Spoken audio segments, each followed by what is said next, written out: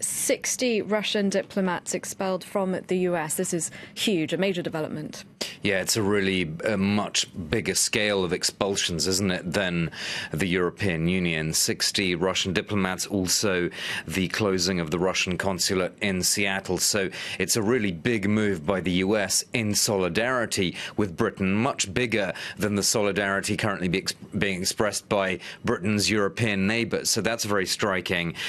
Hard to know how Donald Trump himself is playing this, because he's always sent mixed signals on Russia. He's talked to Putin at various occasions in international forums, but then he also ordered that US military strike on Bashar al-Assad, which is, of course, Putin's ally in Syria.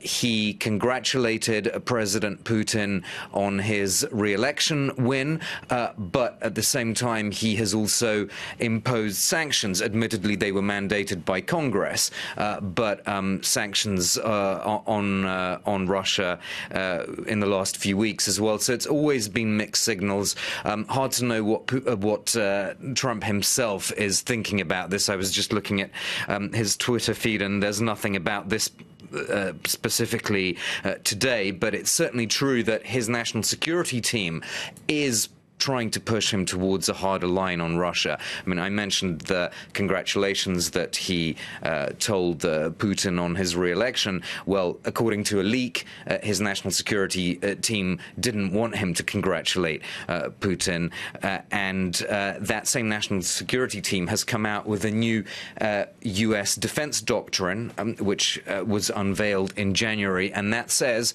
counterterrorism is no longer the main priority. So in other words, cooperation with Russia on ISIS and such like that is out, essentially, and what is in is great power competition. So a classic kind of Cold War era competition between the US, the Russian Federation, and China. So certainly his team around him is pushing him to a harder line on Russia. But what Trump himself is thinking, as always, Claire, it's very hard to know.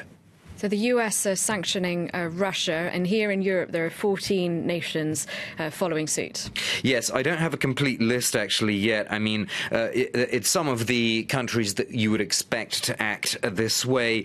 Those are NATO hawks in the Baltic states that, of course, have long expressed a desire for a stronger NATO military footprint close to Russia's border. You also have Ukraine, which is not in the European Union, but it announced that it was expelling 13 Russian diplomats, so that's on a much bigger scale than the countries that are inside the EU. We have small numbers: France, Germany, 4 Russian diplomats each in those countries being expelled. So it's not a huge wave of expulsions if you take it country by country, but I suppose the EU wanted to send a signal in general that despite Britain leaving the EU, they do still have some sort of common points in common in terms of values or what have you, but it will be interesting to see which countries haven't followed suit, and I would not be surprised to see that the countries that you would expect to have a more kind of dovish approach to Russia would